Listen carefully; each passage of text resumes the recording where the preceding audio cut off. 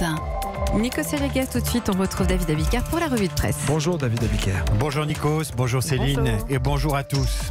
À la une de la presse ce matin et du courrier, d'une certaine façon, c'est la lettre aux Français du président de la République. Et vous avez ce matin deux types de journaux. Vous avez ceux qui jouent le jeu de ce débat et qui mobilisent les Français. Macron vous écrit, titre l'Ardennais. Place au débat, choisit la Croix. Transformons les colères en solutions, reprend le Figaro. À vous la parole, interpelle l'Éco-républicain.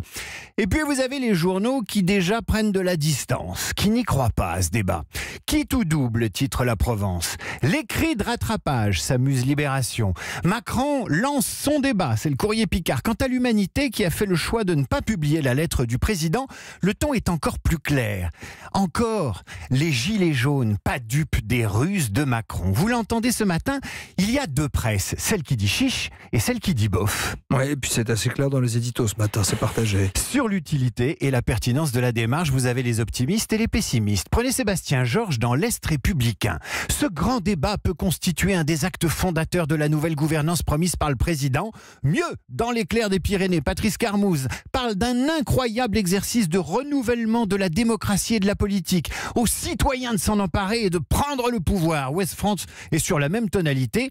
Bâtir un nouveau contrat pour la nation, le président ne le promet pas. Il l'écrit. Plus qu'un engagement, c'est un contrat. Il faut le prendre au mot. En participant.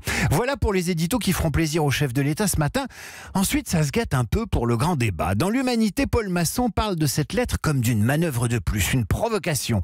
Pour Libération et Paul Quignot, avec cette adresse aux Français, le chef de l'État est en fait candidat. Candidat à sauver les 3 ans qui lui restent à l'Élysée. L'arrogant Jupiter tente avec ce texte de se mettre à hauteur de rond-point. Laurent Baudin, dans l'Alsace, évoque lui un débat supposé sans tabou, mais dont semble exclue la remise en cause de l'impôt sur la fortune. Des questions également sur la méthode, David Abiker. Le Figaro donne la parole au président d'associations d'élus locaux. D'accord pour être facilitateur, disent en chœur Dominique Bussereau, François Barouin et Hervé Morin, mais pas organisateur, et il pose 2 conditions à l'implication des maires. Une parole libre et que le gouvernement surtout dise ce qu'il fera des conclusions du débat. Le Parisien aujourd'hui en France dresse lui le profil du candidat idéal pour piloter la consultation après la défection de Chantal Joanneau. Incontesté et incontestable, garant de l'indépendance et de la neutralité devra être le candidat. Alors qui ? Jean-Louis Borloo qui a dit non ? Jean-Paul Delevoye, haut commissaire chargé de la réforme des retraites ? Jacques Toubon, défenseur des droits ?